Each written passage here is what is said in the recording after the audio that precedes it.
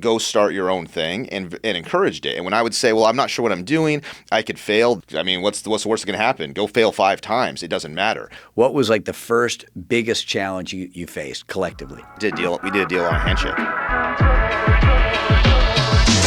Welcome to Inside the Hive with Kyle and Brandon. Join us as we explore business, real estate, current events, and personal growth.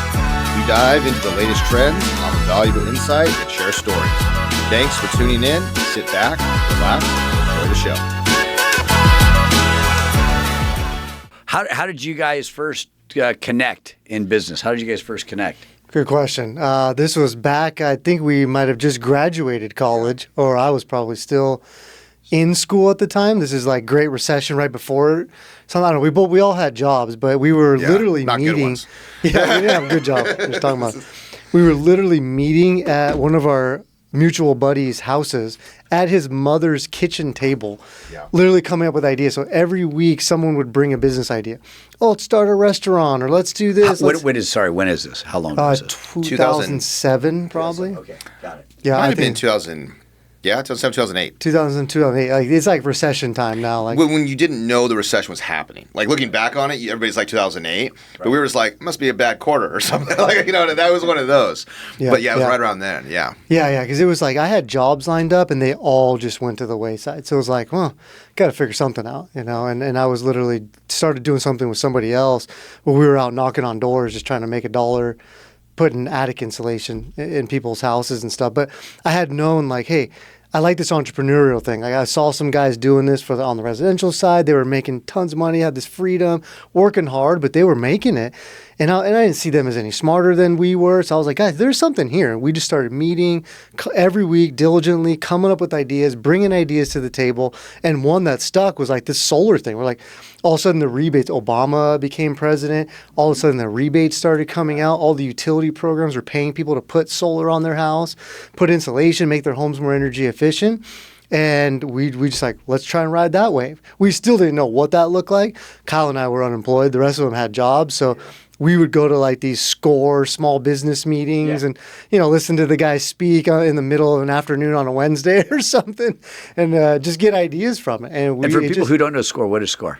What is that? It's like the Small Business Association, like SBA puts it on, but it's what does it stand for? I know it was retired executives somehow. Retired it definitely CEOs. was guys like that, yeah. Okay. Yeah, it was like an old retired guy who actually gave me a tidbit that I use to this day. Yeah, it was like and it's free to entrepreneurs, right? It's free totally to business owners. Yeah, Okay. you go. They put on an event, and it's like a learning event. You go, and I remember one of the things he said was like, as an entrepreneur, you'll have ideas in the middle of the night. And what do you do with that? And he's like, I keep a notepad by my bed, and I just wake up, I write them down so they're out of my head, and then I move on. And it's like to this day, I still kind of like, if it's not there, at least I'm like, okay, I got to write that down as soon as I wake up because I don't want to forget about that. But that was a takeaway from our first school. I remember his business card takeaway, man, was when we showed him our business card. He's like, well, I've seen uglier, but I would do that. And I was like, are you kidding me? And it was like, because it was a dark card with white print. It was black. It was black with white. Yeah. He's like, I'm older. I can't even read this. What are you guys doing? White card print, like keep it simple. And I was like, yes, sir. Thank you for that. That's great. Like, It's great. Got a feedback, retired, though. like 60-year-old business guy was just like, this is bullshit. So you guys are going to SCORE meetings, and then when's the light bulb come on? So the light bulb comes on for solar. At one of the SCORE meetings or just at the round table? We were already on that path. So we started to go to other like industry events like that. Like there was solar meetups or whatever the heck these things were at the time. We were just started finding it. Like, hey, let's go explore this some more. It was like, should we be a distributor? Should we be an installer? We had no idea, but we were like, let's just start going to all these meetings and figure out what the market says. And someone invited me to even like a trade show one time and wanted me to sell his water heaters or something. I don't know. We just kept pressing on that industry, and eventually it just kind of like exposed itself.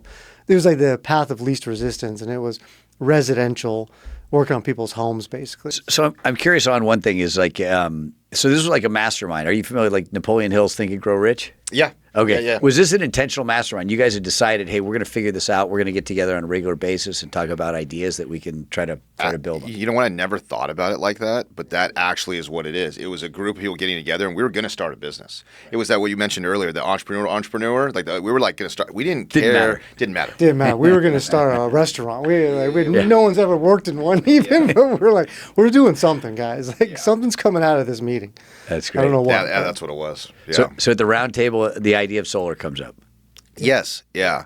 It was at that time in Arizona. Arizona in the summer gets 120 degrees, so it's so ridiculously hot. Air conditioning is just pumping, and people's utility bills go from $50 a month to $450, $500. So there's this big demand where you see it advertised everywhere. But it started being advertised when the government rebates started happening. So they started promoting it, but there wasn't enough companies to install it or do anything with it. So you were already kind of putting in some attic fans and things like that for a different company, and you had the idea like, man, we should just do this ourselves. Yeah, let's just like do this right. I was doing it on a shoestring budget with one buddy. Knock on the door, you go in and you put it in yourself, and hey, see you tomorrow, man. We're going to be driving up our truck and coming. But I was like, we could do this right where we could start marketing it. Our buddy was like a website type of guy. He was doing all the Google paid ads for the car dealership. So he knew how to get the phone to ring. And that was like kind of like, how could we kind of blow this up? I think there's a market here. There's people doing it. There's actually a couple big companies that are actually getting some business out of this, more than one a week or something. Why don't we try and press on that? And that's when we started to come together with that, and everyone kind of had their role. That other partner of ours kept his day job, but was just marketing for us and created the website. So you got a lot of, those are expensive. This is kind of when Google was just kind of coming out and all the paid ads, like no one really knew everything about that, and it was front lines on that stuff. So it sounds like you guys had traction pretty quickly with that. With that thing, I would say a lot because of him, he got the phone to ring every single day. Yeah. I mean, we started doing Google AdWords. He was watching it all day, doing the SEO. He just knew all that stuff. He's like, I'll get the phone to ring. Yeah. And sure enough, we're booking 3 or 4 appointments a day. We had to hire like some outside sales guy. He's running 4 appointments, closing 50% of them per day. Like, yeah, we were off to the races all of a sudden within 6 to 12 months probably. And our friend's name was Paxton, by the way, so shout out to Paxton. We'd be remiss not to mention Paxton today. Yeah, he's still doing this at a high level, though, nowadays, living out of L.A., and he works for, like, giant companies and doing CRM systems, and he's a stud with this stuff. So yeah, definitely. So within 6 months, 12 months, you're making money, and you're off and running. You're profitable. Yeah, pretty quickly, wow. Yeah. There was cash flow. There's issues because the rebates took forever to come, and there's all this red tape you got to jump through. But we were making money. We had jobs every day, built a staff up to 20, 30 people quickly. Wasn't our long-term hopes of what to be doing in life, but all of a sudden you just created this like residential contracting company out of thin air, which was kind of wild, but it... with no construction experience? With no construction experience. Who needs it? We're going to cut a hole in this guy's roof, Yeah, you're good. You ever done this before? I don't know. I watched a video this morning. We're doing it. We had guys one time, man. We were in the attics of these houses, and someone stepped on a water line, but the insulation would cover it up the spray, so they didn't see it. So the entire ceiling, the entire roof, just filled with water, and then it just came crashing down in one giant thing. And it was like it was a nightmare, man. They wanted to sue us. We had the homeowners insurance that they had to tap into. It was the entire ceiling collapsed in this house, and that was like, yeah. Is that how you got out of that business? Actually, no. But that was one of the one incident for sure. Yeah. How we ended up getting out of that was we actually expanded it to California, and it just never stuck. I didn't want to come to California and live in... Well, that's right. This was in Arizona. It was in Arizona, yeah. So you have this huge delta of temperatures, and that's what really pushed a lot of... It made sense, right? It made sense to be more energy efficient. Your electric bill's $400 a month in the summer. It just made sense. Like the math just made simple sense. Like within a couple of years, you're going to have a return on this investment. Your house is going to be more comfortable, everything.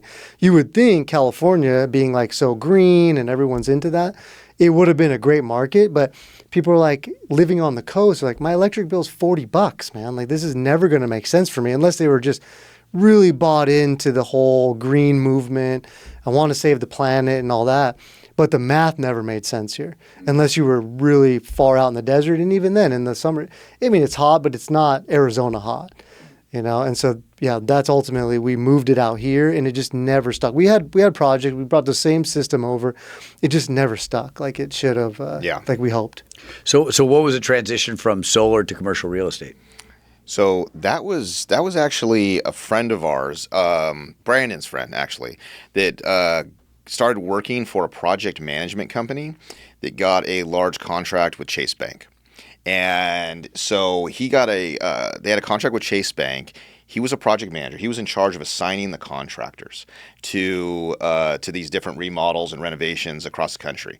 And he calls up, I'm telling the story right, he calls up Brandon and was like, hey man, you got a contractor's license, right? You want to start doing commercial remodels? Again, no experience.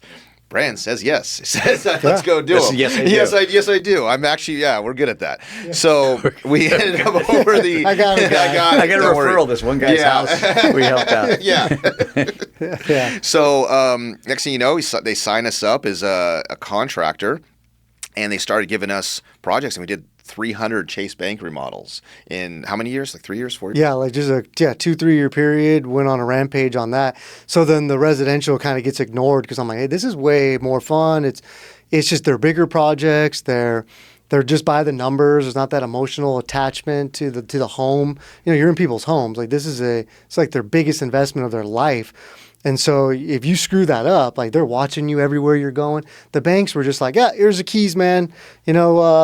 See you guys in the morning. Make sure they're cleaned up. So I'm sorry. I got a question for you. So there's a bunch of folks that if their buddy would have called and said, hey, you have a commercial or a contractor's license, they would have said, yes, but I don't have any experience with that. What do you think the mental leap is? What do you think the mental leap is that you have that maybe somebody else doesn't, where somebody else would say, no, I've never done that? Like, how do you have no fear?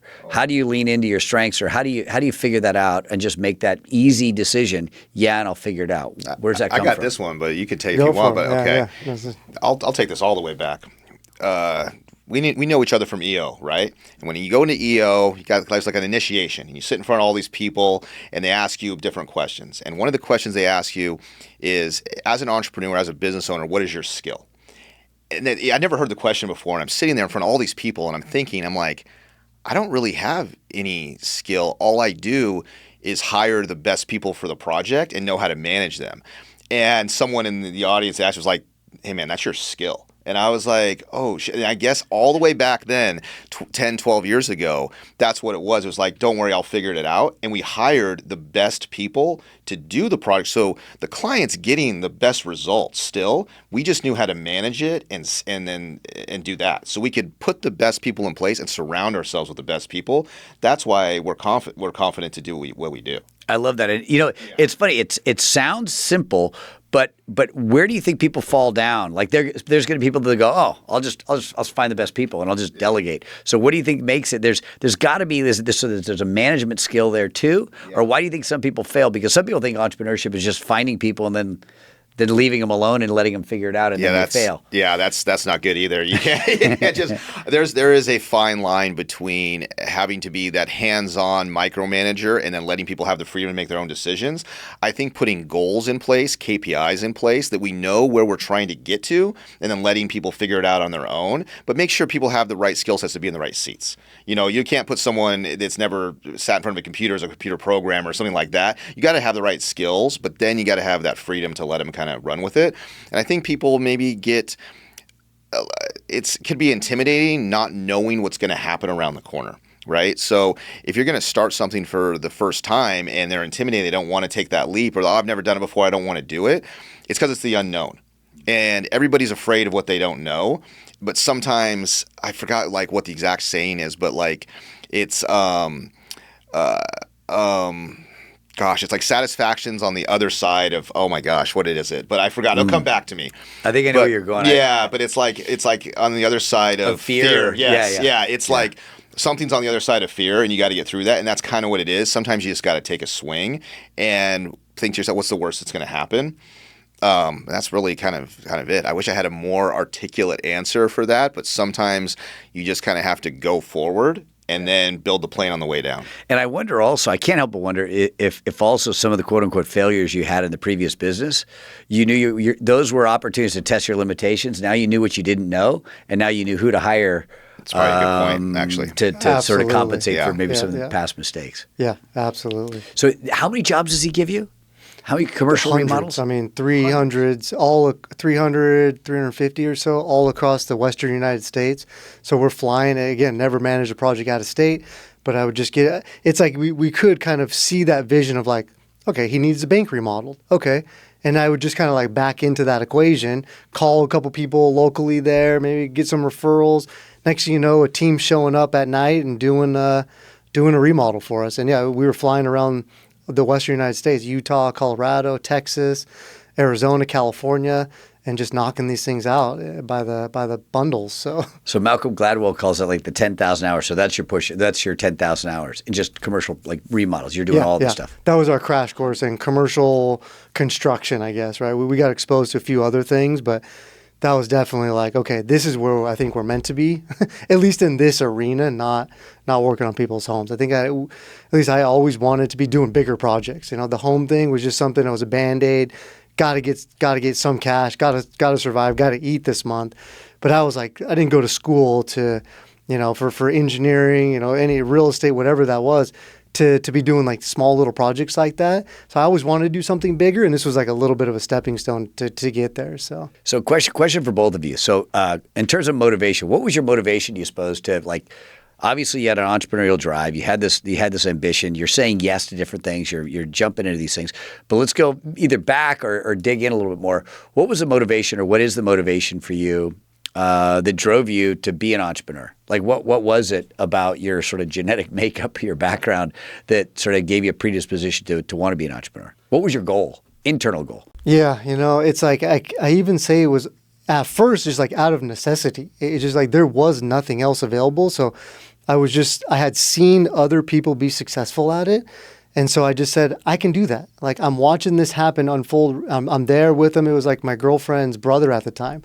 And he was killing it. And I was just watching him, and he was kind of like a little bit of a mentor about it. And I said, I think I could do this. And it was just something I saw inside of me, like, I want to do that. Like, this guy's making it happen. I'm watching his group of friends make this happen. There's nothing in my head telling me that I can't be what he's doing. You know, and I'm also having, at this time, I do have an internship, but pre-recession, at a job would probably be like my career path, right? I was like, we're on a construction kind of path there, engineering. And these old guys were like, don't do this, man. Do not, don't get into this. Like, look at us. We're miserable here. Same thing every day. Our wives hate us. And I'm looking at them like, you guys are kind of right, man. You guys do look a little miserable here. He's like, and I'm like, yeah, I'm watching my other guys here, start businesses. He's like, yeah, do that. You're young enough right now. Go do that. I'm 22 years old at this time. Go try that. Well, what do you have to lose? You know? And so like there was people, external factors kind of pushing me, and I'm thinking, and I keep thinking like, well, this is possible. Why not? Like, what do I have to lose? It can't get any worse than where I'm at now. Yeah. Jobless right out of college. So love it. So it sounds like a mix of necessity and opportunity, and thinking, like, what have I got to lose? And if that guy can do it, I can do it too. yeah, that's kind of how I've been thinking. So Yeah. Mine was a combination of a couple things. I was fortunate enough to come from a family of entrepreneurs. So when a lot of my friends were being told by their parents, go get a steady 9-to-5 job, my dad was like, what are you doing getting a 9-to-5 job? What's wrong with you? So I had the opposite of like, he wanted me to maybe get some experience, but he was like, told me from when I was really young, you're never going to make any real money or be happy if you're working for somebody else.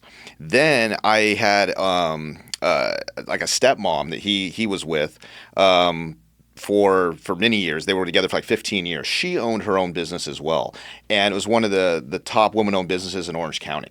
So I had these two people that both owned their own companies. Now, varying success, like my dad went up and down and things like that, but they were both saying that get some experience, but go start your own thing, and encouraged it. And when I would say, well, I'm not sure what I'm doing, I could fail, they were really like, go fail. I mean, what's the worst that's going to happen? Go fail 5 times. It doesn't matter. So I didn't realize that was rare. And I think that was like just that I was in this fortunate position now looking back that had parents that are pushing me to go start my own business. When everybody I talk to now, it's like the opposite. When they want to start a business, their parents are pulling them back, saying, no, do something stable, 9 to 5, savings, all that type of stuff. And I had the exact opposite of just 9 to 5 was almost, I wouldn't say looked down upon, but it wasn't like they always wanted to hear, what are you starting? What are you hustling? What are you trying to do? What are you trying to, and they taught me early on, how to just, you don't need anything fancy. Just go do something to get someone to pay you for it and then start from there. And then also when I was getting out of college and doing new jobs, they didn't work out very well. So I kept starting new jobs and they didn't last more than a few months. So I knew, I'm like, man, this 9 to 5 thing may not be for me. I got to figure something else out. I think I got fired from like 5 in a row. I was like, I gotta figure something else out. So that's how I Then I met Brandon. He wanted the same thing, and then it just kind of took off from there. I love it. And did you have any aspirations for where this was going to ultimately take you, or was it the opportunity to just say, hey, let's ride this and see where it goes, or did you have a vision for where you wanted it to go? I feel like that Chase Bank era gave me a vision for something in the future. But I didn't really even understand that probably till a little bit later, to where we were exposed actually through Kyle's father, who really, I would say, kind of mentored us through kind of like into the big leagues in a sense. Saw like, hey, you guys are actually got something going here, and allowed us to get exposed to things that I don't know how I ever would have been. You know, we got to sit down with billion-dollar CEOs of giant development companies. And at least I just got to sit at the table, at the conference table with these type of people and just hear how they speak. You know, I didn't get to be a part of the projects maybe, but I just got to understand like how they were doing things. That's when I had kind of this is where I want to be. Like I need to be doing these type of projects with these type of guys, professional, old guys, but they had made it. I mean, these were publicly traded companies building Orange County, basically building all around the country. And that was my moment of like, this is my future. And a long road ahead probably. It's a high barrier of entry, but I like where this is going. And that was probably my 2015, 16 era or so. Yeah, he was good at giving advice for sure. He never gave us any money. He never invested in anything. Who's this, your dad? My dad. Okay. Actually, yeah, he never gave us any money, never did anything like that. But he was like a good sounding board for advice. He was a general contractor. So that's it. Started off really small, general contractor. But around 2006 to 2007, he partnered with somebody and did a development. He did one development. And then after that, he kind of like retired and that was it. Made a little bit of money. But that to him was like, wow, this was the coolest thing. And he could just we could bounce things off him. And him being in the general construction industry, he knew he wanted to be a developer, but never quite got there until the very end of his career and did one deal. And he just like, that's still to this day the deal he talks about that he loved to do. So we got to bounce all these ideas off him all the time. And it was good to get going, because when you're first starting, you need that sounding board. You need that kind of advice, kind of like just other people that have owned businesses at all, just to understand what you're trying to do. I've got a question I'm probably lingering on this one thing a little bit longer than I should, but I gotta ask, what's something? So you guys were both at the table with these billion-dollar CEOs. What's something you didn't expect as a takeaway? Like, what's something that you're sitting at these tables, you're getting all these good ideas. I could imagine there's all kinds of good advice, but is there anything unexpected that you took away from meeting with them or one guy in particular where you walked away and you went, holy fuck, I never would have imagined that. But there was some little nugget, some gem that was unexpected. That's a good question. I think there's one guy that comes to mind. He was like Michael Barker probably. He was like, the takeaway was that you're thinking these guys are really up on this soapbox and they've made it. But they were there to kind of mentor some of the younger generation too. Like they were there to answer your questions. We were, like deal sourcing at that time. Even like he allowed us to like present deals to him, and then he would poke holes in them and ask questions about them, and kind of mentor us through that. And I would have thought a guy of that caliber would not be open to that, right? They've kind of got it figured out. They got their systems down, but they were open arms about that. Now, there's another one too. Like they were the CEO of like Rudolph Slutton, like $1 billion general contractor. He was the same. it was, here we're sitting with their executive board at this conference table, very open to like finding new opportunities to work together. Let's do a small one together. Let's build a relationship, guys. And I'm thinking, you guys are building high rises and massive medical campuses, and you're willing to take on, a little project that maybe I'm bringing in as a 28-year-old here, but they were very open. I think they would answer my call. They would answer the phone even if I called them. So that was a big takeaway, that people were that open to kind of mentoring the young. I feel like I owe that back to the community one day. So yeah, I think that if you're willing to go hustle and find them business, they'll open the door and sit down with you. That was the big thing. It was like if we were going to go out there and beat the bush and boots on the ground and go try to find business or go hustle and ask to sit in front of them, they would answer the phone and do it. So I think the asking and showing them you're bringing them some value, they'll sit down and listen to you. And there's something about like the older generation wanting to give advice to an up-and-coming generation. I think it's just must be something innate that it's just I've seen it, and now you and I are doing the same thing too. We have interns in here from UCI. And all I want to do is like teach them about all the things that we learned. And I think it's just like human nature or something like that. So even though a CEO of a huge company can be intimidating, they're still just people.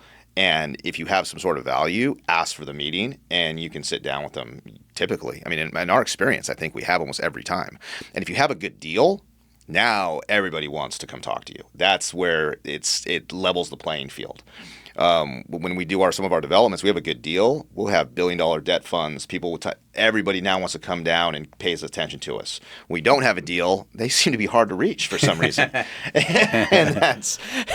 But they understand like how hard it is to get good opportunities, and so they're open arms about it. But I'm curious, as you started to grow, what was your first biggest stumble or roadblock? You guys are crushing it on some of the early commercial stuff, these bank remodels. What was like the first biggest challenge you faced collectively or individually? We did a deal on a handshake, and that was the biggest. You two, or with another guy? Party? Okay. Brand and I had a relationship with a group that we had done other deals with, and we did a deal on a handshake and got just whacked. It was the biggest. At the time, biggest like little lesson learned to this day might be of all time, and it cost us just hundreds of thousands of dollars. And that was we got like a lawsuit over it. Project was like halfway abandoned. It was just like a nightmare, and it was all because we just did it on a handshake and never got around to like the contract and this and that. Oh, he's a friend, we'll tighten that up later with the lawyers, and it went completely sideways, and we put some bad management in place to manage the project. It was in Long Beach at the time, and someone was inexperienced managing the project. It all just kind of crumbled, and we had just made the year before we made some good money, and it all kind of went out the window at the exact same time. So here we go, we make our biggest first pop, and then all of a sudden the next year we're like I wouldn't say cocky, but had that little like, dude, we made $1 million, man. We're good. We're looking good. And then we do this project on a handshake with a friend, and it went out the window. That was my biggest. Well, that's the biggest hurdle, biggest stumble. I remember that. That forever. was a big one. Yeah. Still see some aftermath of that every once in a while. Yeah. So how do you rebound from that? How do you rebound? What was the rebound? So this thing turns to shit. Yeah. You had the relationship with the buddy. How does that all sort out?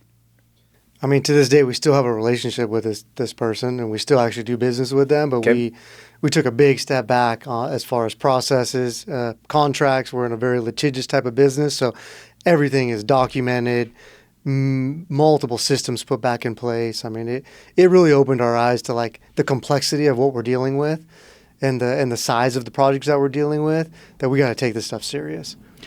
So which leads me to sort of the next question is, so what are some of the biggest epiphanies, the aha moments you had that transformed, everybody? Actually, before I do that, was there any other major hits you guys took along the way where you like either internally or externally or in your personal life and your business life, if you want to go there, where you were like it challenged you, it pushed you, where everybody knows that their business life usually is predicated on their personal life. If you get your shit together in your personal life, your business life has a lot better chance of surviving. If your personal life is shit, good luck with your business life.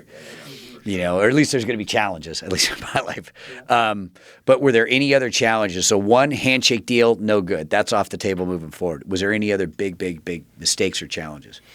We took on probably too much work at one point too. I would say this is kind of pre-COVID even, 2018, 2019, that we just mismanaged. We took way too much on. We had no staff or just a couple of people.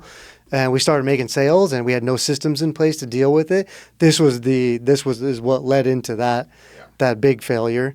It was one of the 10 things we had going on that year or two. Yep. With no management in place, no systems, contracts are all new, if they even have them. And we took some losses those years. We had lots of money coming in, but going out the door just as quickly. And we just didn't know how to manage that scale yet. One of the things that we did that was a mistake is when you take on that much volume and you can't handle it internally, you have to start outsourcing things. And we outsourced one of the projects to another design builder. And our plan was, okay, we have so much volume, we're going to outsource it to them. We'll put a modest margin on it, and that's it. But we didn't do really a lot of our due diligence internally. So it was this one project in Costa Mesa, and it was someone's startup too, a vegetarian place. And we hired a guy to do the design build, and when we got the pricing back, we presented it to her. But we had full trust in him that everything was accurate, and the price was very high. But we didn't know that at the time. She's looking at it and she's like, "Are you guys out of your mind? Like, what is this?" And we're standing behind it saying, "This is accurate." All we did was put like a 5% markup or something. Nothing big. We'd had so much volume. She's like, "I'm going to go out and get other pricing and so forth." And we'd already been doing the design, so we had to charge her for that. Then she goes out and gets other pricing, and it's like half the cost. And it made us look so bad. And we go back to this guy like, "Hey, what the fuck, man? Like, you just like made us look like a bunch of assholes. We can't tell her that we had to outsource this because that makes us look unprofessional. We're overwhelmed. We have 10, 12 projects going on at the same time." So it just put egg on our face. She goes out and does, to this day, I think this lady still like dislikes us, and I don't blame her because we gave her we presented a price, and this guy was trying to take advantage, and it went through us. So that was another hurdle. So those two, I think, of the friend handshake deal and outsourcing to someone that you've never worked with before. If you're going to outsource, you got to put management in place because that's your name. That's your that's your reputation. So if you got to have controls on that, and we didn't, so that's what happened. I love that. I mean, I made a note: contracts, management, systems and controls, and then leadership. Yeah, is taking ownership of it to make sure it's not somebody else's problem, it's your problem. Yeah, and you solve it.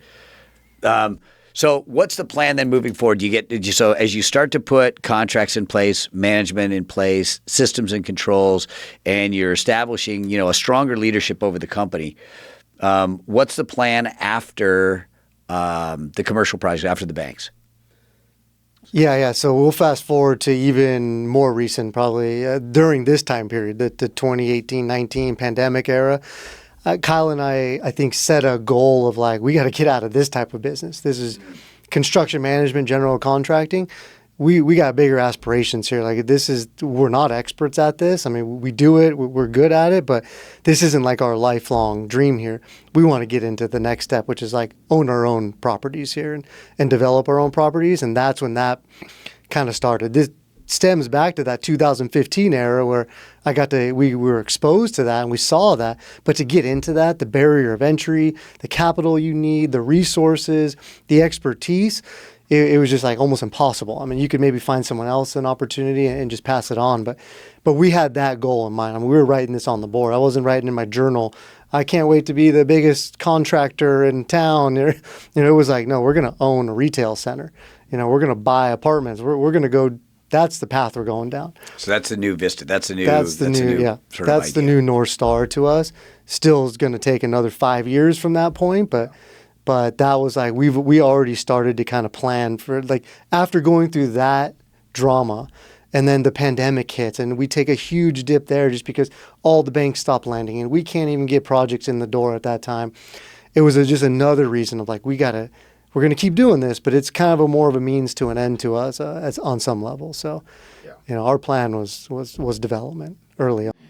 That was the North Star for sure. And after the banks, we tried to do some other commercial projects, but we realized there's a difference between office space or industrial and the retail that we were doing. Chase Bank is retail, basically. There's different types of construction for different asset classes. And what we did is once we were done with the Chase Banks, we started rolling into, okay, well, now we should probably market for retail since that's what our experience is. And we started doing a lot of retail projects and restaurant projects. And what we were told, we had some advice that you want to go to like a niche. You want to really get down to like, you're not in construction, you're not doing commercial, you're not doing retail, you're doing like restaurants. So we took our website and everything we did, and we were just, we're the retail and restaurant expert design builders in Southern California. And we really like tried to hammer that into everybody, and we started getting a lot of business. And we got some contracts with some large restaurant groups. Real Mex at the time does $400 million. They own every El Torito and Chevy's in Acapulco, Las Brisas down in Laguna, things like that. And they started, again, Brandon had a friend. He's a relationship guy. So he had a buddy that gave us those contracts. We started doing all these remodels and renovations and things like that again. And that's what we started. Once we started doing that, we started getting other clients. But then when we did Rock and Brews was another one. And when we started doing that, the clients would talk to us about, I can't find another space. So I'm like, that's the only thing holding you up from doing another project with us is you can't find another space. And we were talking, we're like, well, maybe we should get our broker's license or real estate license and help them find spaces. So we went out and got our real estate licenses. And now I was playing commercial real estate broker. I didn't know what a fucking triple net was. And it was like, that was a big learning curve. But what we did again, don't know how to do it. We had a guy, two friends of ours, is Mike and another guy named Kyle in Arizona, that were professional commercial real estate brokers. So what we did is we partnered with them. I gave them a call. I was like, hey, man, I have clients right now. Will you partner with me 50-50 and split the commission and just let me kind of ride your coattails? You take the lead. And that's what we did. Next thing you know, we started doing tenant representation for retail and restaurants around California and the United States as well. So now we had commercial design experience, restaurant retail design experience. We had retail construction management experience, general contracting experience, and now tenant representation and brokerage experience. Then I'm getting a little long-winded here, but then what happened is we'd have a client come to us and say, well, I can find a spot, and I know you guys are great design builders, but I don't have the money. And we're like, you need a loan? So now we're jumping into, we made relationships of where we're going to go, we'll help you facilitate your whole SBA loan. We'll do this. We align ourselves with brokers. So now we knew how to find the spot. We knew how to arrange the debt. We knew how to do the design. We knew how to work through the city. We knew how to do the construction. And then Brandon was like, well, what about the furniture, fixtures, equipment? He's like, well, let's tack that son of a bitch in there too. And next thing you know, we branded ourselves as we're turnkey retail. Right. So once we know turnkey retail... Now, forgive me, Kyle. Turnkey retail, still restaurant? Yeah, still restaurant any retail. We did European Wax Centers and University of Phoenix and some other things. It was just anything to do with in the retail genre. If you wanted a brick and mortar, you could come to us and we could find your location, get it funded, design it, build it, furniture, fixture, equipment, and get you open for business. But what that attracted, without us even having the intention of attracting this, is it attracted developers. So now developers were reaching out to us being like, hey, can you build out my spaces? I just bought a new building. I just bought this new strip center. I just bought this new shopping center. Can you help us with that? So for years, we got contracts. We got contracts in Koreatown in LA, a 100-year-old building doing the bottom reflow. We're doing 100,000 square foot, actually still to this day right now, in Yorupa Valley for a shopping center. We did a bunch in a row. And what we were doing was we were learning on other people's dimes, basically. We were a hired gun from developers to come in and run their entire projects. And what that allowed us to do is get a seat at the table to learn how they're doing these deals. So what happened recently, a couple years ago, was we were hired again for an owner of a retail center. And we walked in there and did the exact same thing, put a design together, a build, entitlement. We're going to get new tenants. We're going to do the whole thing for you. But when it came down to it, what the cost was going to be was too much for their budget. They're like, we can't do it. The center's in bad shape. We should sell it. And right then, for the first time, Brand and I are like, can we buy it from you? And that's how we did it. And we bought it from them and then did it yourself. Did it ourselves. That was our first development. And from then on, we've been doing them ever since, and that's it. And that was, it was a path, learning from other people, and then finally got the opportunity to do our own. And we had to raise $4.5 million to do it. We never raised money in our life, and we knocked it out. So that was it. But that's the story. I love that for so many reasons. One of them is narrowing a niche for most people, most business owners, is one of the hardest things to do. I've worked with thousands of businesses now in the last 20 years, and the number one thing I see that they struggle with is actually narrowing the niche. And their fear is if I narrow the niche too small, there's not going to be any money there. And then what you found is you narrowed the niche and then drove all the way through the mountain and then mined the entire mountain from beginning to end. Mining all the I different. love that. Yeah. That's, oh gosh, what's his name? There's a sales guy that talks about mining through the mountain. When you find a vein of gold, mine through the mountain.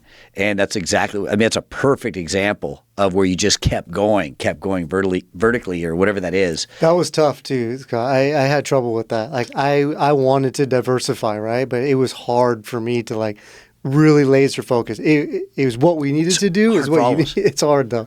Yeah, I wanted to be doing other product types and other projects, and I just wanted, because we had done them all in the past. So I'm like, yeah, we can do that. We're used to saying yes, but to really drill down and say this is what we're going to go do, it was difficult.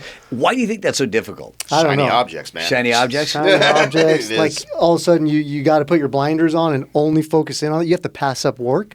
People would come in and be like, oh yeah, can you do this? Like, sorry, no. It's not big enough and it's out of our scope. I don't have the people that know how to do that right now.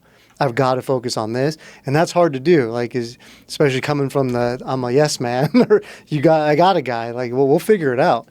And I learned about that in business school. I'm going to butcher this story, but it was like Sony when they were first getting going, got a contract to produce radios that was above their capabilities. It was too much volume, so I think a lot of companies would have taken the contract, but they actually turned it down, only signed a contract for what they were able to produce while they were still building their infrastructure.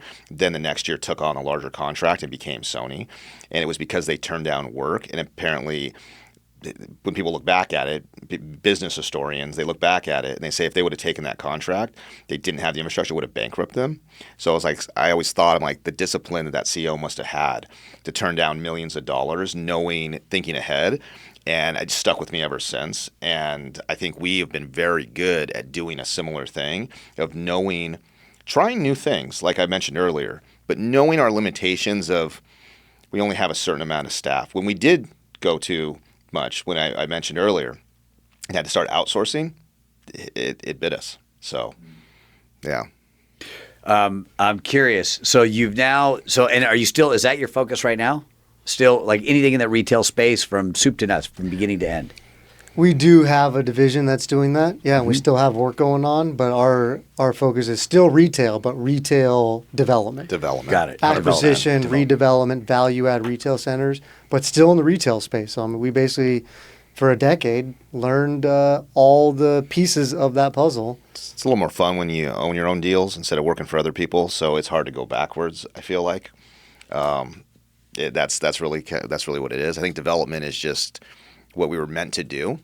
Yeah. It was just a 13-year path to get there. Development has so many aspects to it, so many little facets, that it took so long to get the experience to even be a developer, that now that we're here, I don't think I could go backwards. I think it's just like this is the most fun, the most energy in the office. Everybody loves what we do, and I think we're going to continue on this path. But yeah, love it. Question for both of you guys. Two questions for both of you guys. What do you suppose, looking back, you could see Brandon, Kyle sitting at the table talking about solar.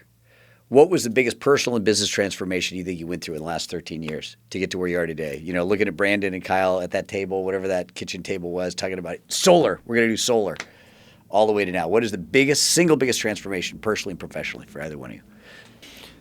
I think like goal setting, I think is something that I try to live by still. It was something even my grandfather had tried to instill in me. Before I would even get a Christmas present, he was like, let me see your goals for the year. And I'd have to write them down and present them to him. It didn't matter what it was. Like, I'm going to make the baseball team, or I'm going to make the football. I'm going to be a BMX this. It didn't matter what it was. But I think that Kyle and I still to this day, like we run that traction stuff and we set goals and we set out to achieve those goals. And looking back on this, being 10 years in the making to where we got here. It was goals that we set to get there. And it just took a lot longer than we thought, twice as long, twice as much work, way more complicated than I could have ever imagined. But it was a lot of that goal setting. There's some stuff that looking back, we did that back in those days too. Like we had a goal at that table.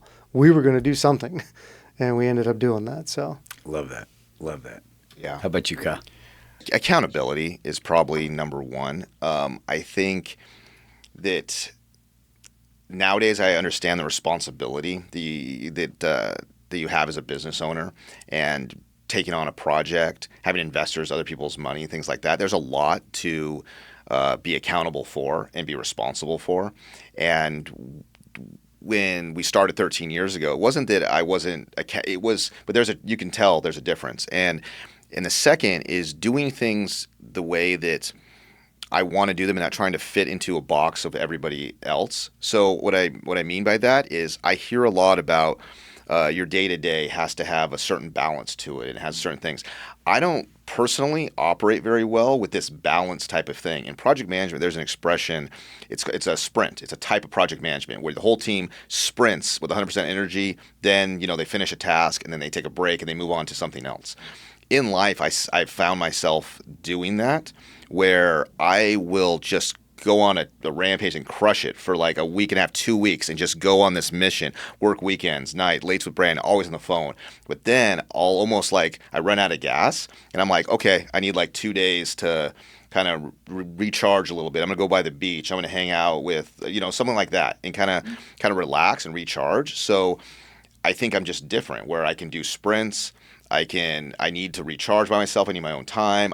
That type of stuff. So learning how I work the most effectively and efficiently and being accountable, those two things are completely different from when I started. Love that. Love that. Brandon, what advice would you give either an entrepreneur, some 20-something, 18-something, whatever the age, it doesn't really matter, an entrepreneur who wants to become an entrepreneur, who wants to become a business owner, either in real estate or not? What advice would you give him or her getting into the business? it's a tough business, but there is a persistency and a discipline that's needed. I think getting into this business, it's a long-term career path. This is not like a get-rich-quick scheme by any means, even though you see a lot of gurus online and, that they're I'll do this or that and you'll make this huge pop. That's great. But there is a massive learning curve to get there. It's super complex, but it's definitely possible. But just commit to it for the long term, stay disciplined, stay persistent on your day-to-day, set some realistic goals, if they're small. You'll get there, but realize that you're going on a long path here. And it's a fruitful path, and it's very rewarding at the end or during it too. I mean, enjoy the journey a little bit, but it is definitely, you've got to stay disciplined and you got to stay positive because you're going to have some downs. The early days are dark at times, no projects, no work, no deals, but you'll get through that. There are deals to be had out there. So. I don't know, man. Mine's controversial. I don't know. I don't know. I feel like I'm going to get some hate for this one, but people hear a lot about follow your passion. I think that's bullshit, and I'll tell you why. I think if you follow your passion, it doesn't make any money, or there's no demand for it. You're just going to have a miserable life. You're setting yourself up for no money. Eventually, that's going to lead into anxiety and depression and this. It's just like a whole cluster of bad. Follow what you're good at. Follow your talents, and be honest with yourself of what your talent is or what you really want to do. Because if you're good at it, you'll end up a passion almost starts from what you're good at sometimes. When you're good at something and you see success and it becomes more fun. When you have more fun and then other people start giving you the attaboys of like, look what you've accomplished, then you start having a passion for it again, and your passion evolves. We started off in solar and energy efficiency people's houses. There's no passion behind that at all. It was just a business there was a demand, there was a need for it. Now, all these years later, development, I have a huge passion for. And it allows you to go do your passion. So if you do what you're good at and you go on this path of trying to be successful, passion seems to find you at the end instead of the opposite way around. So that's it. Start with what you're good at first. Passion sometimes will come, or you can end up having the freedom to do what you're passionate about. You love playing the guitar, but you can't make any money on it. Go make $1 million. Now you can play the guitar all you want, and it's like that's really kind of what I think about it is kind of understand your skill sets, understand yourself, and go in that direction. I love that. Sorry, I do have one more question then. Yeah. 100 years from now, at Brandon's funeral, changing gears, right? Yeah. 100 years from now, it's your funeral.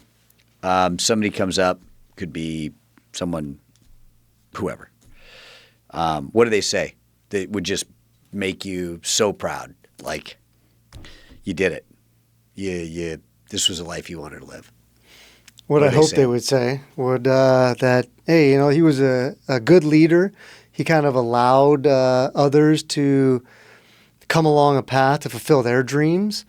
I think that would be a positive. If I allowed them, or I did something that allowed others to live what they want to do, to kind of help them through all that, coach them through that, lead them through something. Also, we career-wise, I mean, we live in we work in a physical world where we actually can leave a staple, in a community, and the communities that we serve and develop these properties in, to think that we can create future, we say this term, but like this nostalgic feel, but like, let's say in the future generations meet their future spouse at one of our properties that we've redeveloped, and they've met their new friends and new spouses and new relationships, and that we had a part in making that happen, and maybe it lasts for 20, 30 years.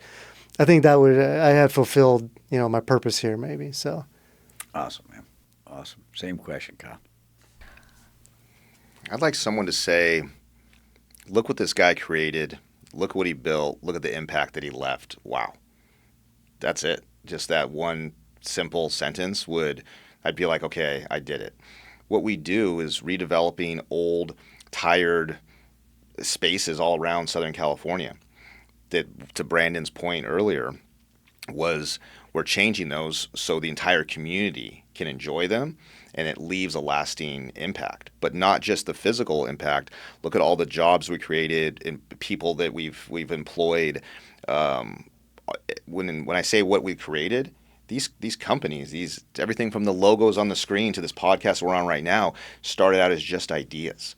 They were just nothing. They were just like some idea that we had, and we breathed life back into it. We breathed life into it, and then it now is real. It's a real thing. We're sitting here right now, and like this. So the spaces that we create are tangible things, but there's also just ideas that are created, businesses and things like that. So that creation or that impact, that's kind of what I want to have someone say, like, wow, look at what that guy did.